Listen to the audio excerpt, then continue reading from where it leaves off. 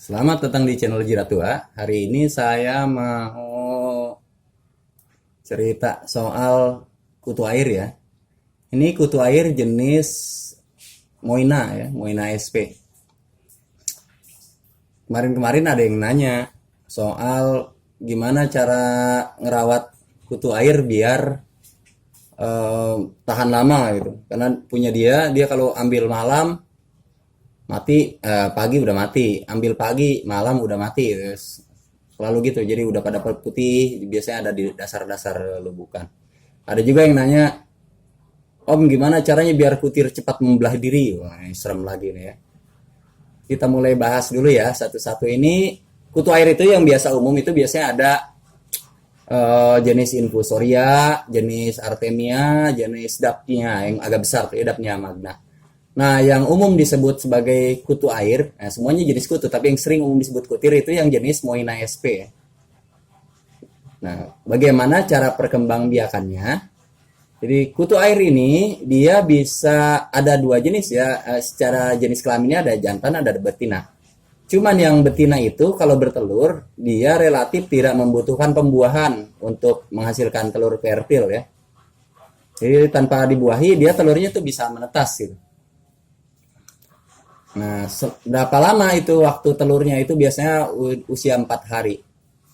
Jadi kalau ada yang nanya gimana cara kutir agar cepat membelah diri, ya itu pertanyaannya berasal dari asumsi yang salah ya. Karena kutu air itu bukan bakteri, bukan amuba. Dia ini udah bersel banyak ya. Kalau binatang bersel satu dia membelah, inti selnya membelah jadi dua jadi 4. Kalau dia berkembang biak ya secara generatif, kadang-kadang juga secara vegetatif ya bisa itu tanpa ini. Maksudnya tanpa ada pembuahan dari pejantan dia bisa sendiri. Ini Moina ya. Berapa lama umurnya? Menurut penelitian, umur Moina SP ini, umur kutu air ini 13 hari ya. 13 hari. Nah, di dalam tempo 13 hari, satu ekor kutir ini mampu menghasilkan sebanyak 3.000 anakan. Oh, banyak banget ya, 3.000 anakan. Jadi bisa setiap hari nelor dia, nelor terus netes. Netesnya dalam tempo 1,5 hari, jadi cepat dalam tempo 24 tambah 12 jam ya, 36 jam kurang lebih ya. 36 jam udah netes jadi kutir baru ya. Jadi teman-teman kalau pengen membudidayakan harus dikenali dulu tipe perkembangbiakannya dia ya. Yang pasti ini bukan dengan cara membelah diri ya, tapi dengan cara bertelur. Nah, telurnya nanti kayak apa ya? Itu tentu mikroskopik ya. Nah, namanya juga kutu air ini kan kalau dengan mata telanjang ini nggak kelihatan ya, mana kakinya, mana kepala, mana perut, mana ekor ya. Kecuali dengan mikroskop ini kelihatan dia punya rambut-rambut renang ya di bawah perutnya nih kelihatan ada rambut-rambut renang. Nah, itu dia bisa buat menangkap makanan. Nah, makanannya apa?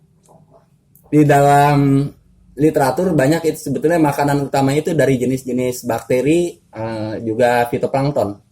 Fitoplankton itu berarti apa? Tumbuhan-tumbuhan renik. Nah, tumbuhan-tumbuhan renik ini juga jadi makanan utamanya dia. Walaupun di dalam orang budidaya banyak kasih makan itu dengan chlorella, itu juga fitoplankton ya.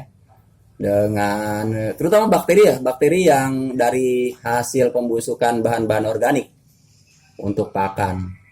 Jadi karena kalau udah ketahuan makanannya berarti kan cara perkembangan udah tahu, cara apanya malah lagi makanannya udah ketahuan tuh biasanya dari chlorella atau gampangnya gini, lumut air tuh yang warna-warna hijau. Nah, itu gampangnya. Terus gimana cara dia biar awet kalau kita ambil di alam nih, di selokan atau di parit atau di sawah ya. Biar caranya hidup harus dikenali juga dia kebiasaan hidupnya. Dari mana kebiasaan hidupnya tahu? Kita harus tahu dia taksonomi dan morfologi dan habitatnya. Yang pertama, dia itu di dalam klasifikasi makhluk hidup masuknya nih kelas krustase ya. Krustase itu jenis udang. Nah, sejenis udang-udang itu dia membutuhkan kadar oksigen terlarut yang sangat tinggi ya. Nah, karena kandungan oksigen terlarut butuh tinggi, maka sebisa mungkin wadah penyimpanan itu juga memiliki kandungan oksigen yang tinggi. Dari mana itu bisa didapatkan? Ya, airnya harus dimodifikasi betul. Kalau wadahnya kecil, pastikan dia pakai aerator. Kalau pakai air mengalir kan agak sulit karena dia bisa terbawa oleh apa itu namanya filter atau hal lain. Tapi itu juga nggak menjamin karena air di dalam wadah kecil ini kan mudah rusak ya, mudah ada sisa amonia, sisa nitrat dan macam-macam. Jadi pastikan dia juga memiliki wadah yang besar. Jadi teman-teman kalau mau simpan dia biar awet ya wadahnya harus besar ya. Gak mungkin kalau teman-teman taruh di ember dapat setengah gelas gitu ya pada mati semua, karena jenis krustase itu jenis udang-udangan lebih rentan dari ikan dia. Jadi lebih gampang mati lantaran butuh oksigennya kudu sangat tinggi. Nah, kepadatan tebarnya gimana?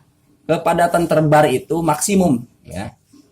Di dalam 1 meter persegi permukaan itu hanya berisi 25 gram kutu air. Tidak boleh lebih dari itu.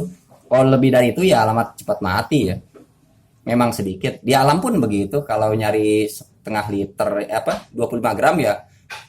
Kebayang kan kalau teman-teman nyari 1 gelas itu butuh luasnya seberapa tuh. Di selokannya harus panjang banget kecuali di danau ya.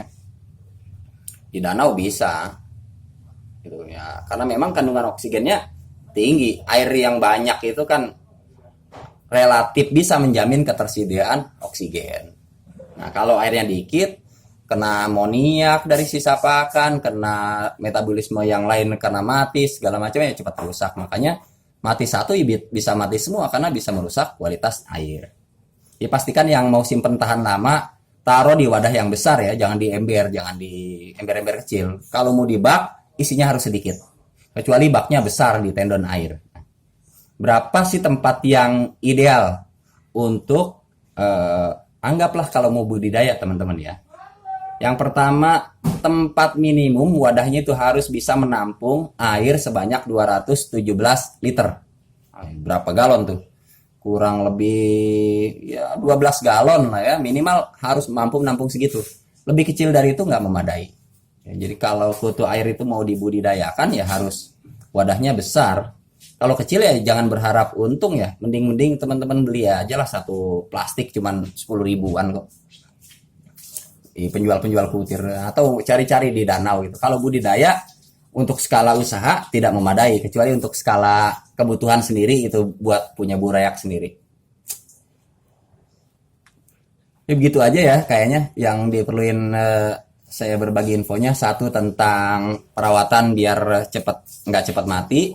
Terus perkembangbiakannya dengan cara apa dia bertelur ya. Terus apa namanya pakannya. Kalau di budidaya kecil-kecil ada di YouTube itu seperti misalnya Moina Culture, kasih makan ragi. Wah, itu udah ngawur ya. Ragi sama Moina ya mahal raginya. Apalagi pakai wadah kecil ya di gelas aquas. Saya tidak sarankan betul-betul itu.